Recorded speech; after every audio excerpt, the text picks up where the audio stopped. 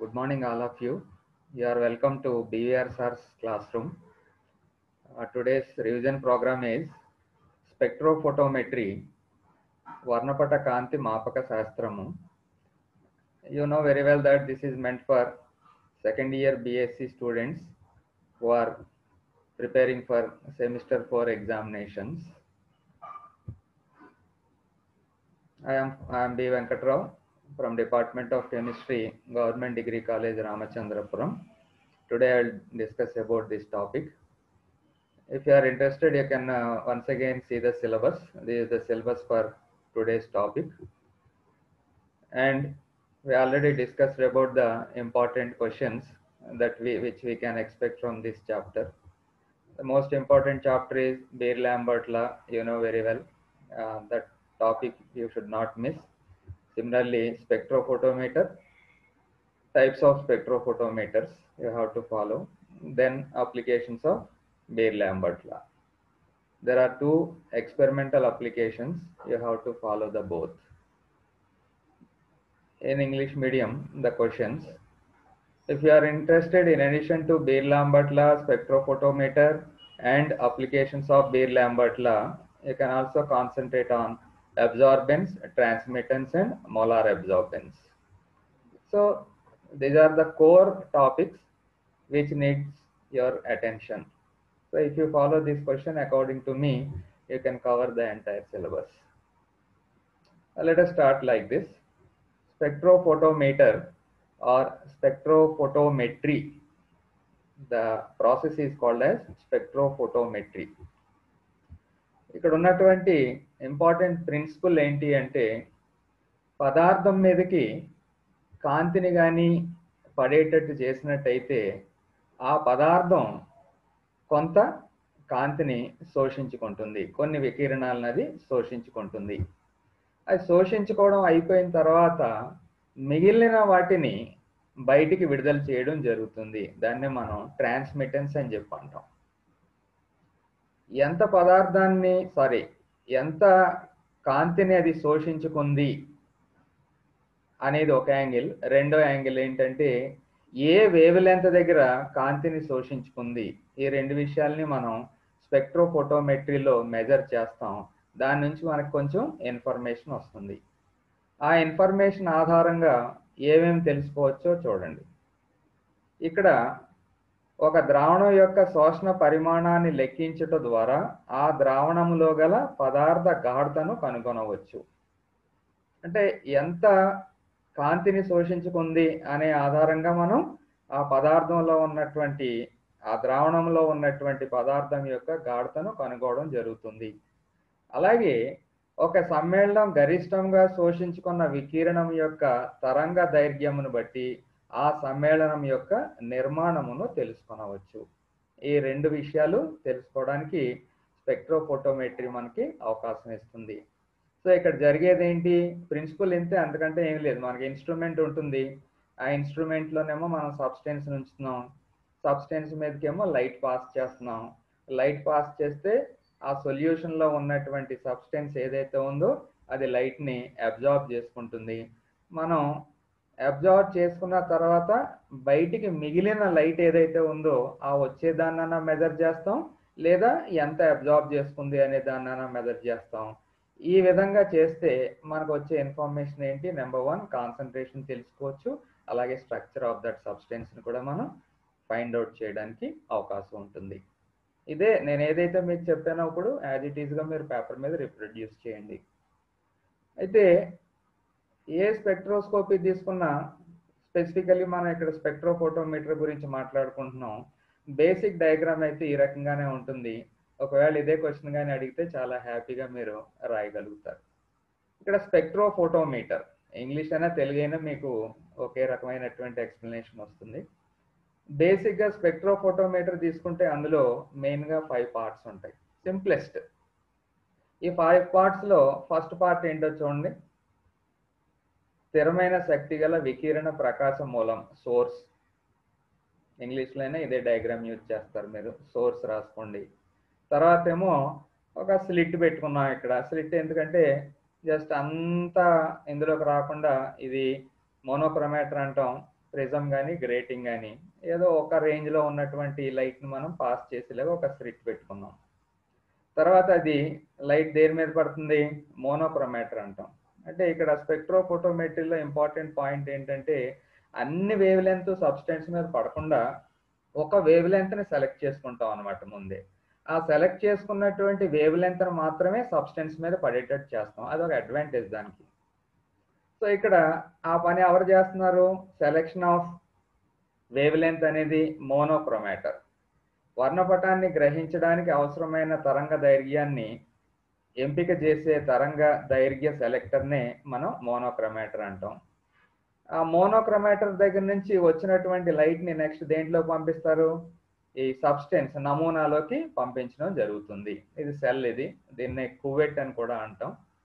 Okay, ఈ సెల్లోకి పంపించడం జరుగుతుంది. సెల్లో ఏముంటుంది? మనం తీసుకున్నటువంటి సొల్యూషన్ ఉంటుంది. ఆ సొల్యూషన్లోనేమో సబ్స్టెన్స్ ఉంటుంది. ఈ సబ్స్టెన్స్ ఏం చేస్తుంది? ప్రిన్సిపల్ ప్రకారంగా తన మీద పడినటువంటి రేడియేషన్ ఏదైతే ఉందో ఆ రేడియేషన్లో కొంత పార్ట్ అబ్జార్బ్ చేసుకుంటుంది, రిమైనింగ్ పార్ట్నేమో ట్రాన్స్మిట్ చేస్తుంది. సో ఇక్కడ నెక్స్ట్ పార్ట్ ఏంటి? డిటెక్టర్. వికిరణాలను విద్యుత్ సంకేతాలుగా మార్చే శోధకము. దీన్నే శోధకం అన్నాం, ఇంగ్లీష్లో అయితే డిటెక్టర్ అంటాం. ఈ డిటెక్టర్ ఏం చేస్తుందంటే ఇక్కడ సబ్స్టెన్స్ ఎంత రేడియేషన్ అబ్జార్బ్ చేసుకుంది అనేది రికార్డ్ చేస్తుంది, లేదా రిమైనింగ్ పార్ట్ ట్రాన్స్మిట్ చేసింది ఉంది కదా, ఆ ట్రాన్స్మిట్ చేసిందన్న ఎంత ట్రాన్స్మిట్ అయింది లైట్ అనే దాన్ని ఇక్కడ రికార్డ్ చేయడం జరుగుతుంది. దీని నుంచి సిగ్నల్ రూపంలో మనకి ఫైనల్గా ఒక చార్ట్ రూపంలో బయటికి ఈ రకమైనటువంటి సిగ్నల్ వస్తుంది. అది కంప్యూటర్ స్క్రీన్ మీదన్నా చూస్తాం, లేకపోతే డైరెక్ట్గా ఒక షీట్ మీదన్నా మనకి ప్రింట్అవుట్ లాగా లభిస్తుంది. సో ఆ పని చేసేదాన్ని మనం రికార్డర్ అని చెప్పి పిలవడం జరుగుతుంది. ఇది బేసిక్గా ఉన్నటువంటి ఈ స్పెక్ట్రోఫోటోమీటర్ యొక్క డిస్క్రిప్షన్. అయితే ఈ స్పెక్ట్రోఫోటోమీటర్కి 2 టైప్స్ అని చెప్పి మనం చదువుకోవాల్సినటువంటి అవసరం ఉంది. ఒకటి ఏంటంటే సింగిల్ బీమ్ స్పెక్ట్రోఫోటోమీటర్, రెండోది double beam spectrophotometer. Single beam, double beam, చిన్న డిఫరెన్సెస్ ఉంటాయి రెండాటికి. ఇప్పుడు ఆల్రెడీ మీకు ఏదైతే నేను ఎక్స్ప్లెయిన్ చేశానో ఆ ఎక్స్ప్లెనేషన్ దేనికి సంబంధించింది అంటే సింగిల్ బీమ్ స్పెక్ట్రోఫోటోమీటర్. ఈ సింగిల్ బీమ్ స్పెక్ట్రోఫోటోమీటర్లో ఏం చేస్తాం? ఇవే ఉంటాయి అన్నిటిలోనూ. అంటే ఒక సోర్స్ ఉంటుంది, ఇదేమో స్లిట్ ఉంది, తర్వాత మోనోక్రోమాటర్ ఉంది, తర్వాత సెల్, తర్వాత డిటెక్టర్, ఫైనల్గా రికార్డర్ ఉంది. అయితే ఇక్కడ ఏం చేస్తాం? ముందు సెల్ ఏదైనా స్పెక్ట్రోఫోటోమెట్రిక్ ఎక్స్పెరిమెంట్ చేయాలంటే ఫస్ట్ ఆఫ్ ఆల్ స్టాండర్డ్ సొల్యూషన్స్ని ప్రిపేర్ చేసుకోవాల్సి ఉంటుంది. దాన్ని మనం రిఫరెన్స్ అనొచ్చు, లేదా స్టాండర్డ్ సొల్యూషన్స్ అనొచ్చు, లేదా సాల్వెంట్ అనొచ్చు డైరెక్ట్గా. సో ముందుగా స్టాండర్డ్ సొల్యూషన్స్ని రికార్డ్ చేసుకుని తర్వాత మళ్ళీ మనకి ఏదైతే శాంపుల్ ఉందో ఆ శాంపుల్ రీడింగ్స్ని రికార్డ్ చేస్తూ ఉంటాం. అలాగా ముందేమో స్టాండర్డ్స్ని, తర్వాత మళ్ళీ యాక్చువల్ శాంపుల్లో ఉన్నటువంటి సబ్స్టెన్స్ కాన్సన్ట్రేషన్ని రికార్డ్ చేసే విధానం ఏదైతే ఉందో దాన్ని మనం ఏక కిరణపుంజ వర్ణపట మాపకము, సింగిల్ బీమ్ స్పెక్ట్రోఫోటోమీటర్ అని చెప్పి పిలవడం జరుగుతూ ఉంటుంది. ఓకే, మరి రెండోది ఏంటి అని చెప్పన్నాను? రెండోది వచ్చి double beam spectrophotometer. Double beam spectrophotometer అంటే ఏంటి అంటే మోనోక్రోమాటర్ నుంచి వచ్చేటటువంటి ఆ మోనోక్రోమాటిక్ లైట్, అంటే సింగిల్ వేవ్ లెంత్ ఉన్నటువంటి లైట్ ఏదైతే ఉందో దాన్ని 2 పార్ట్లుగా ఇలా స్ప్లిట్ చేస్తాం. 2 పార్ట్లుగా స్ప్లిట్ చేసి ఒక పార్ట్నేమో రిఫరెన్స్ సెల్లోకి పంపిస్తాం. దీన్ని మనం రిఫరెన్స్ సెల్ అంటాం. అదే స్టాండర్డ్ సొల్యూషన్ ఉన్నటువంటి సెల్ అనుకోండి, లేదా సాల్వెంట్ అనుకోండి, ఓకే, లేదా రెఫరెన్స్ అనుకోండి. ఏదైనా కానీ ఒక స్టాండర్డ్ అనేది ఆ సొల్యూషన్కి ఒక నోన్ కాన్సన్ట్రేషన్ ఉన్నటువంటి స్టాండర్డ్ సొల్యూషన్ అని చెప్పి అనుకోండి. ఇక్కడ దాన్ని తీసుకుంటున్నాం. మరి రెండో వైపు వచ్చినటువంటి ఈ లైట్ రేడియేషన్ ఏం చేస్తామంటే దేని కాన్సన్ట్రేషన్ అయితే మనం డిటర్మైన్ చేయాలో దానిలోకి పంపించడం జరుగుతుంది. సో మీకు విషయం అయితే అర్థమైంది. సైమల్టేనియస్గా ఒకేసారి రిఫరెన్స్ని లేదా స్టాండర్డ్ని, అలాగే అట్ ద సేమ్ టైం శాంపుల్లో ఉన్నటువంటి కాన్సన్ట్రేషన్ రెండాటిని కూడా మెజర్ చేయడానికి అవకాశం ఉన్నటువంటి స్పెక్ట్రోఫోటోమీటర్ ఏది అంటే ఏం చెప్తారు? Double beam spectrophotometer. ఇంకా రిమైనింగ్ అంతా సేమ్. అంటే ఇక్కడ ఈ రెఫరెన్స్ అన్నాం, రెఫరెన్స్ కానీ లేదా స్టాండర్డ్ కానీ ఏదైనా అనుకోండి, దాని నుంచి వచ్చే సిగ్నల్ ఏమో డిటెక్టర్ 1 డిటెక్ట్ చేస్తుంది, ఆ తర్వాత యాంప్లిఫైయర్లో పంపిస్తుంది. అలాగే ఇక్కడ ఉన్నటువంటి శాంపిల్, మనం ఏ సొల్యూషన్ అయితే స్టడీ చేస్తున్నామో ఆ సొల్యూషన్ ఘటం ఇది, నమూనా ఘటం అన్నాం. దానిలోంచి వచ్చేటటువంటి సిగ్నల్ ఏమో ఇక్కడ కాంతి శోధకము 2 అన్నాం, అంటే డిటెక్టర్ 2. డిటెక్టర్ 2 ఆ సిగ్నల్ని రిసీవ్ చేసుకుంటుంది, ఇది కూడా యాంప్లిఫైయర్కి పంపిస్తుంది. యాంప్లిఫైయర్లో ప్రాసెస్ అయిన తర్వాత అది బయటికి రికార్డర్లోకి వెళ్ళడం జరుగుతుంది. ఓకే, ఈ రకంగా మోనోక్రోమాటిక్ లైట్ని స్ప్లిట్ చేయకుండా ఒకసారి, స్ప్లిట్ చేసి ఒకసారి, అంటే 2 రకాలైనటువంటి స్పెక్ట్రోఫోటోమీటర్ల గురించి మాట్లాడుకున్నాం. Single beam spectrophotometer, double beam spectrophotometer అని చెప్పి. అయితే ఇక్కడ ఇలాగా డబుల్ బీమ్ స్పెక్ట్రోఫోటోమీటర్ కానీ యూజ్ చేస్తే చాలా అడ్వాంటేజెస్ అని చెప్పి చెప్పుకున్నాం మనం గతంలోని. ఏంటి అడ్వాంటేజెస్ అంటే, ఈ సింగిల్ బీమ్ స్పెక్ట్రోఫోటోమీటర్లో ముందు ఏం చేస్తున్నాం, ముందేమో రెఫరెన్స్ని మెజర్ చేసిన తర్వాత అప్పుడు శాంపిల్ని మెజర్ చేస్తున్నాం. రెఫరెన్స్ని మెజర్ చేసి తర్వాత శాంపిల్ని మెజర్ చేయడం అంటే కొంచెం టైం పడుతుంది. ఈ టైం గ్యాప్లో ఏం జరగవచ్చు అంటే వోల్టేజ్ ఫ్లక్చుయేషన్స్ ఉండొచ్చు. మన ఇంట్లో మెజర్ చేసినా, లేదా ల్యాబొరేటరీలో మెజర్ చేసినా, ఏదైనా ఇండస్ట్రీలో మెజర్ చేసినా కానీ వోల్టేజ్ ఫ్లక్చుయేషన్స్ అనేవి కామన్గా ఉంటాయి. సో ఆ వోల్టేజ్ ఫ్లక్చుయేషన్స్ ఎప్పుడైతే ఉన్నాయో అప్పుడు మొత్తం ఈ లైట్, అదే రేడియేషన్ యొక్క ఇంటెన్సిటీ మీద దాని ఎఫెక్ట్ ఉంటుంది. సో ఆ రకంగా రేడియేషన్ మీద ఎప్పుడైతే మీకు ఎఫెక్ట్ ఉందో ఏం జరుగుతుంది అంటే రీడింగ్స్ ఏవైతే మనకు ఫైనల్గా వస్తున్నాయో అవి యాక్యురేట్ రీడింగ్స్ రావు. ఎందులో ఈ పద్ధతులన్నీ జరుగుతున్నాయి, సింగిల్ బీమ్ స్పెక్ట్రోఫోటోమీటర్లో రీడింగ్స్ అనేవి సరిగా రావడానికి అవకాశాలు తక్కువగా ఉంటాయి. అందు గురించి ఏం చేస్తున్నామంటే ఈ డబుల్ బీమ్ స్పెక్ట్రోఫోటోమీటర్ని యూజ్ చేస్తాం.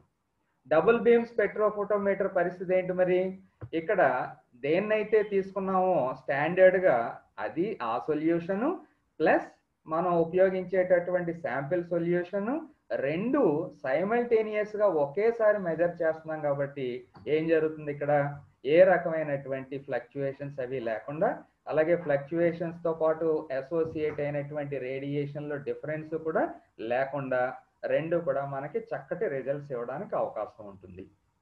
చూడండి, రెండు సైమల్టేనియస్గా ఒకేసారి అయిపోతున్నాయి. ఇంకా అడ్వాంటేజెస్ ఏం రాయగలుగుతారు మీరు అంటే, తక్కువ టైంలో మొత్తం ప్రాసెస్ అంతా కూడా కంప్లీట్ చేయొచ్చు అనే విషయం కూడా రాయొచ్చు. ఇంకా ఏంటి అంటే ఇక్కడ రెఫరెన్స్ తీసుకున్నాం, దాన్నే మనం స్టాండర్డ్ సొల్యూషన్స్ అంటాం, లేదా రెఫరెన్స్ అన్నాం, లేదా సాల్వెంట్ అన్నాం. అక్కడ మీరు చేసే ఎక్స్పెరిమెంట్ని బట్టి అది ఆధారపడి ఉంటుంది. ఇందులో కూడా ఏమన్నా మలినాలు ఇటువంటి ఏమన్నా ఉంటే కొంచెం రేడియేషన్ని శోషించుకోవడానికి అవకాశం ఉంటుంది. Small amount of radiation will also be absorbed by this cell, that is reference cell, and that absorption can be nullified in the amplifier place it self. అంటే ఇది మొత్తానికి ఏమైనా అబ్జార్బ్ చేసుకున్నా కానీ ఈ వాల్యూని 0 చేసేసి ఇక్కడ ఫైనల్గా రికార్డర్లోకి వచ్చేటటువంటి వాల్యూ దేనిది అవుతుంది, పక్కాగా ఇంకా శాంపిల్దే అవుతుంది. The entire reading shown or recorded in this recorder will be that of sample only. Okay, that is the basic advantage of double beam spectrophotometer.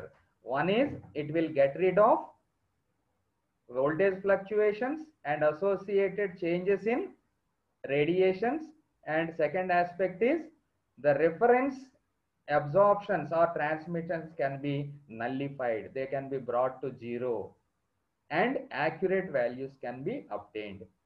However, అదే విషయాన్ని నేను చెప్పిందే ఇక్కడ మనకి ఎక్స్ప్లెనేషన్ అంతా ఉంది. ఈ ఎక్స్ప్లెనేషన్ ఒక్కసారి both English and Telugu medium వాళ్ళు కూడా చదవండి. తర్వాత ఇక అడ్వాంటేజెస్ ఓకే, దీంట్లో ఉన్నటువంటి చిన్న చిన్న డిసడ్వాంటేజెస్ కాదు, కానీ మనం కన్సిడరేషన్లోకి అంటే 4 పాయింట్లు ఎక్కువ రాయడానికి ఏం చేస్తారంటే, మోనోక్రోమాటిక్ అదే సింగిల్ బీమ్ స్పెక్ట్రోఫోటోమీటర్ ఏదైతే ఉందో అది కాస్ట్ తక్కువగా లభ్యం అవుతుంది, కానీ డబుల్ బీమ్ స్పెక్ట్రోఫోటోమీటర్ అయితే మాత్రం కొంచెం కాస్ట్లీగా ఉంటుంది. అదే విషయాన్ని ఇక్కడ రాసాం. Direct reading single beam spectrophotometers with grating monochromator are the simplest and less expensive. అంటే కొంచెం తక్కువ రేట్లో దొరుకుతుంది. Whereas in a double beam spectrophotometer, recording instruments using high quality double monochromators are complex as well as expensive. Okay, remaining explanation అంతా కూడా నేను ఓవరాల్గా చెప్పిందే మీకు ఇక్కడ ప్రెజెంట్ చేయడం జరిగింది. ఈ విషయాలు మీరు ఒకసారి రివిజన్ లాగా అవుతుంది, స్టడీ చేయండి. అంటే పైన హెడ్డింగ్ చూడండి, the advantage of using double beam spectrophotometer over single beam spectrophotometer అని చెప్పి ఒక 2-3 పాయింట్స్ ఇవ్వడం జరిగింది. మీరు యాజ్ ఇట్ ఈస్గా ఫాలో అవ్వండి వాటిని. ఓకే, అయితే స్పెక్ట్రోఫోటోమెట్రీ ఇన్స్ట్రుమెంట్ పేరేమో స్పెక్ట్రోఫోటోమీటర్. కంప్లీట్గా దేని మీద డిపెండ్ అయ్యి ఉంటుంది అంటే you have a very very important law, and that law is called as beer-Lambert's law. Beer-Lambert నియమము చాలా ఇంపార్టెంట్ అని చెప్పి అంటున్నాను. మన క్వశ్చన్ పేపర్లో డైరెక్ట్గా పేపర్ తీయగానే బహుశా కనిపించవచ్చు కూడా బీర్-లాంబర్ట్స్ లా. బాగా ప్రాక్టీస్ చేయండి దీన్ని. ఓకే, బీర్-లాంబర్ట్స్ లా అనేది ఎలా వచ్చిందో అనేది మీ క్లాస్ రూమ్లో చెప్పుకున్నాం. ఇది ఓన్లీ రివిజన్ క్లాస్ కాబట్టి డైరెక్ట్గా ఇంపార్టెంట్ పాయింట్స్ గురించి మాట్లాడుకుందాం. బీర్-లా, లాంబర్ట్స్ లా. సో ఈ బీర్-లా, లాంబర్ట్స్ లా రెండాటిని క్లబ్ చేస్తే వచ్చేదే బీర్-లాంబర్ట్స్ లా. బీర్-లాంబర్ట్స్ లా అనేది ఏం చెప్తుంది అనేది చూద్దాం. Beer extended Lambert's law to solutions in which the decrease in intensity is directly proportional to the concentration of the solution. So దేని మీద ఆధారపడి ఉంటుందంట, decrease in intensity, concentration of the solution. అంటే డైరెక్ట్గా బీర్-లాంబర్ట్ లా నుంచి ఏం పొందొచ్చు మనం, ఇచ్చినటువంటి ద్రావణం యొక్క కాన్సన్ట్రేషన్ మెజర్ చేయడానికి అవకాశం ఉంది అని ఇక్కడే తెలిసిపోతుంది. Thus, according to Beer-Lambert's law, the decrease in intensity of incident radiation with thickness of the absorbing medium depends on the path length as well as the concentration of the solution. So decrease in incident radiation దేని మీద ఆధారపడి ఉంటుందంట, ఒకటేమో పద దూరము path length, రెండోదేమో ఆ ద్రావణం యొక్క గాఢత concentration of the solution and path length, ఈ రెండాటి మీద డిపెండ్ అయ్యి ఉంటుంది అని చెప్పి అనుకోండి. పాత్ లెంత్ అనేది అది కాన్స్టెంట్గా మనం ఒకటే కువెట్ను వాడతాం కాబట్టి ఇబ్బంది ఏం లేదు. అయితే కాన్సన్ట్రేషన్ ఆఫ్ ద సొల్యూషన్ మీద చాలా చక్కటి ఇంపాక్ట్ ఉంటుంది. సో అందు గురించి కాన్సన్ట్రేషన్ మెజర్ చేయడానికి బీర్-లాంబర్ట్ లా అనేది మనకి ఎంతగానో ఉపయోగము. When an absorbing medium is present in a solution, the decrease in the intensity of the incident radiation depends upon the concentration of the solute in addition to the path length. పైన చెప్పిందే ఇంకొక రకంగా చెప్పాం. ఇది మధ్య పేర ఏదైతే ఉందో అది డెఫినేషన్. ఆ డెఫినేషన్ యాజ్ ఇట్ ఈస్గా మీరు అక్కడ పేపర్ మీద చూపించాలి. అప్పుడే మనకి మంచి ఇంప్రెషన్తో కూడుకున్నటువంటి మార్క్స్ పడతాయి. అయితే ఫైనల్గా మ్యాథమెటికల్గా చూస్తే ఫైనల్గా మనకి log I0/I is equal to A అవుతుంది, where A is absorption or optical density. అయితే మనం ఫైనల్గా ఎక్స్పెరిమెంట్ చేసేటప్పుడు ఏకిని ఎక్స్కి మధ్య ఈ గ్రాఫ్ గీసి ఆ గ్రాఫ్ నుంచి ఫైనల్గా మనకి కాన్సన్ట్రేషన్ అనేది ఫైండ్ అవుట్ చేయడం జరుగుతుంది. Then A is equal to epsilon Cx, where epsilon is called molar extinction coefficient. The magnitude of epsilon depends on the nature of absorbing substance, wavelength of radiation and concentration of the substance. అయితే చాలా సందర్భాల్లో మీకు beer-Lambert లా రాయమని beer-Lambert లా యొక్క limitations కూడా రాయమంటున్నారు. Limitations కానీ రాయమంటే చక్కగా మీరు అటెంప్ట్ చేయొచ్చు. This law is applicable only when monochromatic light is used, else there will be deviation in the results obtained. Monochromatic light వాడాలి, దానికి ఆల్రెడీ ఆ సెటప్ ఎక్స్పెరిమెంట్ మీకు ఎక్స్ప్లెయిన్ చేశాను. This law is applicable to dilute solutions only. విలీన ద్రావణాలకు మాత్రమే ఈ law applicable అవుతుంది. For strict obeyance of this law, in the solution there must be only one absorbing substance. ఒకే ఒక అబ్జార్బింగ్ సబ్స్టెన్స్ ఉంటే తప్ప ఈ ఎక్స్పెరిమెంట్ పనిచేయదు. అదే మీకు ఫిజికల్ కెమిస్ట్రీ చెప్పేటప్పుడు పొటెన్షియోమీటర్ అయి చెప్తారు. ఆ పొటెన్షియోమీటర్ కానీ చూసినట్టయితే అక్కడ మీరు ఏమైనా తీసేసుకోవచ్చు, ఎన్నైనా తీసేసుకోవచ్చు, ఇబ్బంది ఏం లేదు. కానీ ఇక్కడ మాత్రం కంపల్సరీగా ఒకే ఒక అబ్జార్బింగ్ సబ్స్టెన్స్ ఉండాలి. తెలుగులో బీర్ లాంబర్ట్ నియమము ఇందాక మీకు చెప్పినటువంటి డెఫినేషనే.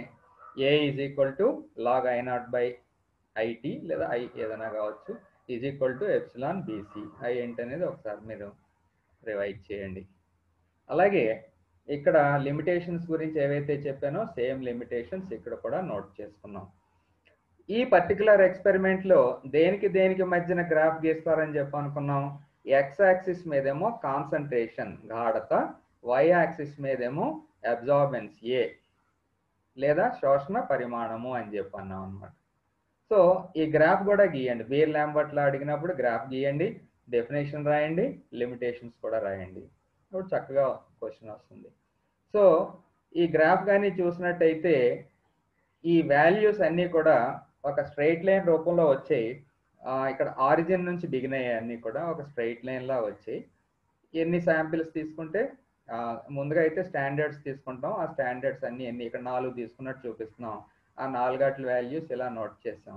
తర్వాత ఏమో మనం ఫైండ్ అవుట్ చేయవలసినటువంటి సొల్యూషన్ యొక్క గాఢతని మళ్ళీ ఏ మెజర్ చేస్తాం. ఏ మెజర్ చేస్తే అది ఇక్కడ వై యాక్సిస్ మీద ఎక్కడ కట్ అయితే అక్కడ దాని నుంచి మనం ఈ రకంగా గ్రాఫ్ గీసి దాని కాన్సన్ట్రేషన్ ఎంత అనేది తెలుసుకుంటాం. ఇది method. Same applications of Beer Lambert law ఈ ఏరియా మీద కొంచెం మీరు ఎక్కువ ఫోకస్ పెట్టమని చెప్పాను. మనకి 2 ఎక్స్పెరిమెంట్స్ ఉన్నాయి బీర్ లాంబర్ట్లా మీద. To calculate the amount of chromium in potassium dichromate solution ఒకటి, రెండోదేమో to calculate the amount of manganese in manganous sulphate solution. ఈ 2 ఎక్స్పెరిమెంట్స్లో ఏదో ఒక ఎక్స్పెరిమెంట్ రిపీటెడ్గా వస్తుంది. సింపుల్ ఎక్స్పెరిమెంట్, మీకు ఈజీగా అర్థమవుతుంది, ఈజీగా గుర్తుంటుంది, ఈజీగా రీప్రొడ్యూస్ చేయగలుగుతారు. చూడండి ఏం చేస్తున్నాం ఇక్కడ. Potassium dichromate will have maximum peak of absorption at 440 nanometres అన్నాం. ఒక 10-15 ఎక్కడైనా ఏమైనా వేరియేషన్ చూపించినా దాని గురించి మీరు ఏమీ వరీ అవ్వద్దు. ఎందుకంటే ప్రతిసారి మనం ఎక్స్పెరిమెంట్ చేసేటప్పుడు దీన్ని మనం క్యాలిబ్రేట్ చేసుకోవాలి. మ్యాక్సిమం పీక్ ఎక్కడ వస్తుందనేది తెలుసుకుని అప్పుడు మోనోక్రోమేటర్ని మనం సెట్ చేసుకుంటాం. సో ఇక్కడ వాల్యూ ఎంత రాసుకున్నాం, 440 నానోమీటర్స్ అని చెప్పి రాసుకోవడం జరిగింది. తర్వాత ఏం చేస్తాం, 4 or 5 standard solutions of potassium డైక్రోమేట్ని ప్రిపేర్ చేస్తాం. We prepare 4 or 5 standard solution. ఎలాగా, పొటాషియం డైక్రోమేట్నేమో 1m sulphuric acid and 0.7m phosphoric యాసిడ్తో ప్రిపేర్ చేయడం జరుగుతుంది. అప్పుడు ఆ రకంగా ప్రిపేర్ అయిన సొల్యూషన్కి the values of absorbance A calculate చేస్తాం. Okay, values of absorbance A ఇందాక మీకు వై యాక్సిస్ మీద చూపించాను. ఆ వాల్యూస్ని ఇన్స్ట్రుమెంట్ నుంచి క్యాలిక్యులేట్ చేస్తాం. ఏం లేదు, ఇన్స్ట్రుమెంట్లో మనం శాంపిల్ పెట్టగానే ఆ రీడింగ్ వచ్చేస్తుంది. ఆ రీడింగ్ని నోట్ చేసుకుంటూ వెళ్తాం. ఎన్నాటికి, 4 or 5 స్టాండర్డ్ శాంపిల్స్కి. So A for the standard solutions of potassium dichromate and determined separately for each solution. ఒక్కొక్క సొల్యూషన్కి సపరేట్గా మనం క్యాలిక్యులేట్ చేయడం జరుగుతుంది. అలాగే తర్వాత కంటిన్యూషన్ దీనికి. By using the values of absorbance and concentrations of the 4 solutions, a graph is drawn with the values of concentration on x-axis and the values of absorbance on the y-axis. In the graph చూపించాను, మళ్ళీ చూపిస్తాను. ఆ graph ఎలా ఉంటుందంటే, curve, a straight line curve passing through the origin is obtained. This is called as the calibration curve. ఆ రకంగా వచ్చిన దాన్ని మనం క్యాలిబ్రేషన్ కర్వ్ అంటాం. అంటే ఇంతవరకు మనం ఏం చేసాం, ఎక్స్పెరిమెంట్ని రెడీ చేసుకుంటున్నాం అంతే. ఇంకా ఎక్స్పెరిమెంట్ రెడీ అయిపోలేదు, ఎక్స్పెరిమెంట్ని రెడీ చేసి పెట్టుకుంటున్నాం. Now for any solution of potassium dichromate of unknown concentration, ఇప్పుడు ఏం చేసాం, మనకి ఏదైతే శాంపిల్స్ ఇచ్చారో ఆ శాంపిల్స్ని ఎక్స్పెరిమెంట్ చేయడానికి రెడీ అవుతున్నాం.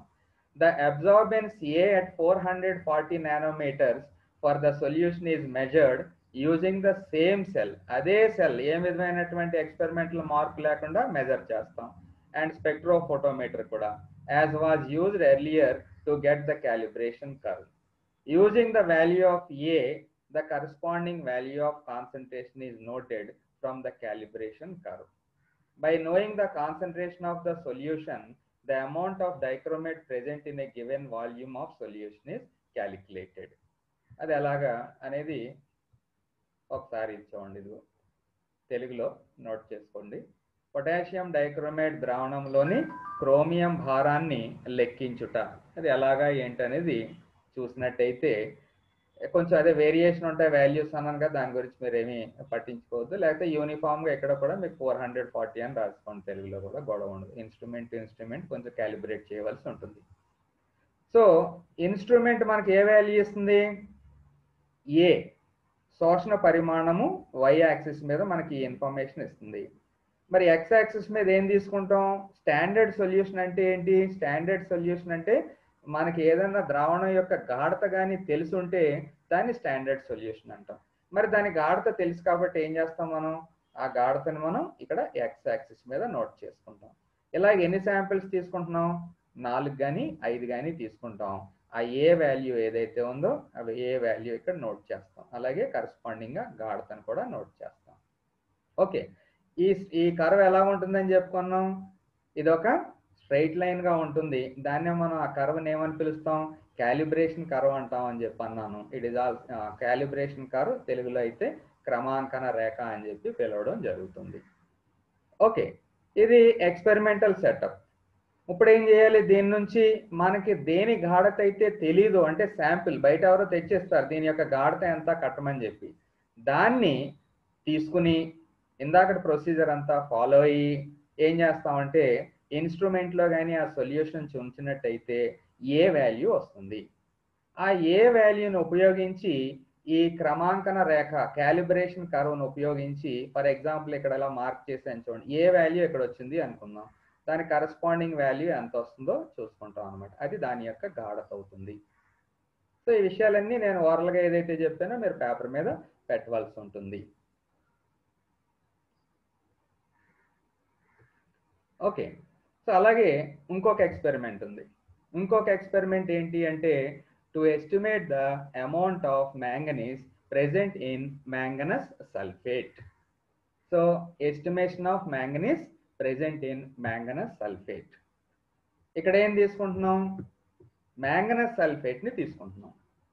మ్యాంగనస్ సల్ఫేట్లో మ్యాంగనీస్ యొక్క ఆక్సిడేషన్ స్టేట్ Mn+2 స్టేట్లో ఉంటుంది. అయితే ఇక్కడ ముఖ్యమైన విషయం ఏంటంటే Mn+2 స్టేట్లో ఉన్నప్పుడు దానికి అంత రంగు ఉండదు, పెద్దగా దానికి రంగు ఉండదు. అంటే light colour, light pink colour salts ఉంటాయి అన్నమాట మ్యాంగనీస్ 2+ అంటే. కాబట్టి మనం ఏం చేయాలంటే మనం యూజ్ చేసేది స్పెక్ట్రోఫోటోమెట్రీ కాబట్టి ఇక్కడ రంగుని డెవలప్ చేయవలసినటువంటి అవసరం ఉంది. చూడండి, ముందు ఎక్స్పెరిమెంట్ ఆల్రెడీ కలర్ఫుల్ కాబట్టి ఎక్స్పెరిమెంట్ చేసేస్తున్నాం.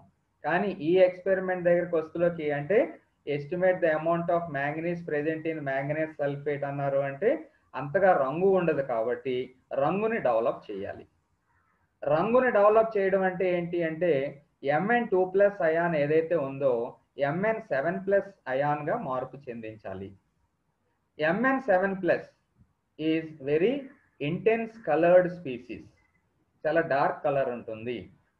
ఓకే, అలా డార్క్ కలర్గా డెవలప్ చేయాలంటే ఏం చేయాలంటే we make use of a substance called as potassium periodate. దాని ఫార్ములా వచ్చి KiO4. కంపల్సరీ మీరు ఇది నోట్ చేయాలి. KiO4 అనే సబ్స్టెన్స్ని యూజ్ చేస్తే ఏమవుతుంది? Mn2+ ఏమో Mn7+గా మార్పు చెంది లైట్ కలర్ అలా డార్క్ కలర్గా మారుతుంది. ఓకే, ఇప్పుడు డార్క్ కలర్ వచ్చింది కాబట్టి దాని నుంచి మిగతా ఎక్స్పెరిమెంటల్ ప్రొసీజర్ అంతా కూడా సేమ్, అది మాత్రం కంపల్సరీగా నోట్ చేయవలసి ఉంటుంది. So what is the oxidising agent in this particular experiment? Potassium periodate, KiO4. This color is very intense and hence even small amounts of manganese can be detected. Okay, ఇప్పుడు మనం as యూజువల్గా పాత పద్ధతే 4-5 sample తయారు చేస్తాం, different volumes like 5 ml, 10 ml, 15 ml of solutions containing Mn2+ ion are taken in separate containers. వేరు కంటైనర్స్లో మనం 5 ml, 10 ml, 15 ml, 20 ml ఇలా ఉన్నటువంటి శాంపిల్స్ని తీసుకుంటాం. దానికి ఒక 15 ml కాన్సన్ట్రేటెడ్ నైట్రిక్ యాసిడ్ కలుపుతాం, 0.5 గ్రామ్ ఏమో పొటాషియం పెరాయోడేట్ KiO4ని కలుపుతాం, ఒక 20 ml ఏమో డిస్టిల్ వాటర్ కూడా యాడ్ చేయడం జరుగుతుంది. దాన్ని ఒక 5 minutes బాయిల్ చేస్తాం. ఇది రాయాలి కంపల్సరీ, మీరు బాయిల్ చేస్తాం. బాయిల్ చేస్తే ఏమవుతుంది? Mn2+ అలా Mn7+ అయ్యి బాగా డీప్ పర్పుల్ కలర్ రావడం జరుగుతుంది. The contents are then cooled, transferred to 100 ml volumetric flask and then diluted with distilled water to volume. అంటే 100 ml కి డైల్యూట్ చేసి రెడీ చేసుకుంటాం. ఇలాగ 4-5 చేసుకుంటాం ఈ ఎక్స్పెరిమెంట్. ఇప్పుడు మన దగ్గర ఏంటి, స్టాండర్డ్ సొల్యూషన్స్ రెడీగా ఉన్నాయి. తర్వాత ఏం చేస్తాం చూడండి. ఇప్పుడు 4 or 5 standard solution of Mn2+ are prepared in this manner చేసేసాం. The absorbance A of the standard solution are determined at a wavelength of 520 nanometers. Monochromator ని ఎక్కడ సెట్ చేస్తారు, 520 nanometers దగ్గర సెట్ చేసుకుని by using the values of absorbance and concentrations of standard solution, a graph is drawn with the values of concentration on x-axis and the values of absorbance on y-axis. X-axis మీదేమో గాఢతను తీసుకుంటాం, y-axis మీదేమో absorbance ని తీసుకుంటాం. మళ్ళీ as యూజువల్గా a straight line curve passing through the origin is obtained. This is called as calibration curve. Now absorbance of unknown solutions is measured using the same procedure and same equipment. By using the values of absorbance, the corresponding value of concentration is noted from the calibration curve. By knowing the concentration of the solution, the amount of manganese ion present in the unknown solution can be calculated. Same procedure. ఇదేమో potassium dichromate సంబంధించినటువంటి experimental detail. తర్వాత ఇదేమో manganese sulphate ద్రావణంలోని మ్యాంగనీస్ను లెక్కించుట. ఏం కావాలని చెప్పన్నాను, oxidising agent కంపల్సరీగా potassium పెరాయోడేట్ is required. అప్పుడు ఏమవుతుంది, Mn2+ MnO4- లేదా Mn7+, రెండో ఒకటే అర్థం, MnO4- గా మార్పు చెందుతుంది. సో ఇలాగ ఎన్ని తయారు చేస్తారు, 4 లేదా 5 స్టాండర్డ్ సొల్యూషన్స్ తయారు చేసుకుంటాం. తయారు చేసుకుని దాన్ని x-యాక్సిస్ మీదేమో కాన్సన్ట్రేషన్ని, అలాగే y-యాక్సిస్ మీదేమో అబ్జార్ప్షన్ శోషణ పరిమాణాన్ని తీసుకుంటాం. అలాగా మెజర్ చేస్తే మనకి ఈ రకమైనటువంటి గ్రాఫ్ వస్తుంది. దీన్నేమో ఈ స్ట్రైట్ లైన్ కర్వ్ ఉంటుంది, ఈ స్ట్రైట్ లైన్ ఏమో క్యాలిబ్రేషన్ కర్వ్ అని చెప్పి అంటాం. తర్వాత ఏం చేస్తాం, అన్నోన్ తీసుకుంటాం. అన్నోన్ అంటే మనకి తెలియనటువంటి గాఢత కలిగిన సబ్స్టెన్స్ని అంటే సొల్యూషన్స్ తీసుకుని దాన్ని మళ్ళీ మనం అబ్జార్బెన్స్ మెజర్ చేసి దాని నుంచి కాన్సన్ట్రేషన్ ఎంత అనేది కడతాం. కాన్సన్ట్రేషన్ కానీ వచ్చిందనుకోండి, దాని నుంచి అమౌంట్ కట్టొచ్చు. కాన్సన్ట్రేషన్ నుంచి అమౌంట్, మొలారిటీ, నార్మాలిటీ ఫార్ములాస్ ఎలా అయితే మీకు ఉన్నాయో దానికి అమౌంట్కి ఫార్ములా ఉంటుంది. ఆ ఫార్ములా అప్లై చేసి ఫైనల్గా ఇచ్చినటువంటి శాంపిల్లో ఎంత Mn2+ ఉంది లేదా మ్యాంగనీస్ సల్ఫేట్ ఉంది అనే విషయాన్ని మనకి ఎవరైతే ఇచ్చారో శాంపిల్ వాళ్ళకి చెప్పడం జరుగుతుంది. సో ఇది ఎక్స్పెరిమెంటల్ డీటెయిల్, చాలా చాలా ఇంపార్టెంట్ అని చెప్పి పదే పదే చెప్తున్నాను. ఇవి కాకుండా మీకు కొంచెం ఏమన్నా ఇంట్రెస్ట్ పే చేశారనుకోండి, ఇంట్రెస్ట్ కానీ పే చేస్తే ఇవి కూడా చూసుకోండి. అబ్జార్బెన్స్, ట్రాన్స్మిటెన్స్, మూడోది మోలార్ అబ్జార్బెన్స్. ఈ డెఫినేషన్స్ ఇవి. ఈ డెఫినేషన్స్ కూడా మీరు బాగా ప్రాక్టీస్ చేసుకుంటే బాగుంటుంది అని చెప్పి నా ఉద్దేశం. హైయెస్ట్ లెవెల్ ఆఫ్ మార్క్స్ మనకి కంపల్సరీగా 75 తెచ్చేసుకుందాం అనేవాళ్ళు ఈ వీటిని కూడా ప్రాక్టీస్ చేయండి. అబ్జార్బెన్స్ శోషణ పరిమాణము, ఒకదానికి ఇంకోటి రివర్స్లో ఉంటుంది, అంతకంటే ఏం లేదు. అలాగే మోలార్ శోషణత లేదా మోలార్ శోషణ గుణకం, molar absorptivity or molar absorption coefficient అని చెప్పాను. ఈ డెఫినేషన్స్ మీరు ఒకసారి చదువుకుంటే, ఆల్రెడీ చదివిందే కాబట్టి చదువుకుంటే మీకు ఐడియా వస్తుంది. ఓకే, అబ్జార్ప్షన్ అండ్ ట్రాన్స్మిటెన్స్ మీకు ఇంగ్లీష్ మీడియం వాళ్ళకి ఇంగ్లీష్ మీడియంలో ఇచ్చాను, తెలుగు మీడియం వాళ్ళకి తెలుగు మీడియంలో కూడా ఇవ్వడం జరిగింది. ఓకే, సో ఇది మన వేళ డిస్కస్ చేసినటువంటి టాపిక్. నేను అనుకోవడం ఏంటంటే మొత్తం ఏ టాపిక్స్ మీద మనం ఫోకస్ పెట్టాలి, అలాగే ఆ టాపిక్స్ యొక్క డీటెయిల్స్ ఏంటి అనేది చక్కగా రివైజ్ అయింది అని చెప్పి అనుకుంటున్నాను నేను. సో మళ్ళీ ఒక్కసారి నేను చెప్పేది ఏంటి అంటే, ఈ టాపిక్లో మ్యాక్సిమం మార్క్స్ వస్తాయి మనకి. ఈ టాపిక్లో మనం ఫోకస్ పెట్టాల్సినటువంటి ఏమేమి ఉన్నాయి, కంపల్సరీగా మీరు నేర్చుకోవాల్సింది వీలైతే ఇంకొకసారి లాంబర్ట్ లా చదవండి. లాంబర్ట్ లా చదివిన తర్వాత బీర్స్ లా చదవండి. లాంబర్ట్స్ లా, బీర్స్ లా రెండు చదివిన తర్వాత రెండాటిని కలిపి ఉన్నటువంటి డెఫినేషను, దానికి రిలేటెడ్గా ఉన్నటువంటి ఫార్ములాస్ చదువుకోండి. అంటే బీర్ లాంబర్ట్స్ లా. బీర్ లాంబర్ట్స్ లా గురించి చదివేటప్పుడు సో అది దేని మీద ఆధారపడి ఉంటుందని చెప్పుకున్నాం ఇందాక మనం ఒకటేమో పాత్ లెంత్ పద దూరము, రెండోది కాన్సన్ట్రేషన్. అయితే మనం దేని మీద ఫోకస్ పెడతాం ఎక్కువగా? కంపల్సరీగా మనం చూసేది ఏంటంటే ఆ కాన్సన్ట్రేషన్ ఆఫ్ ద సొల్యూషన్ని తెలుసుకోవడానికి బాగా ఉపయోగపడుతుంది అని చెప్తాం. కంపల్సరీగా దానికి లిమిటేషన్స్ ఉన్నాయి. ఆ లిమిటేషన్స్ని కూడా మీరు సాధ్యమైనంత వరకు రాయడానికి ట్రై చేయండి.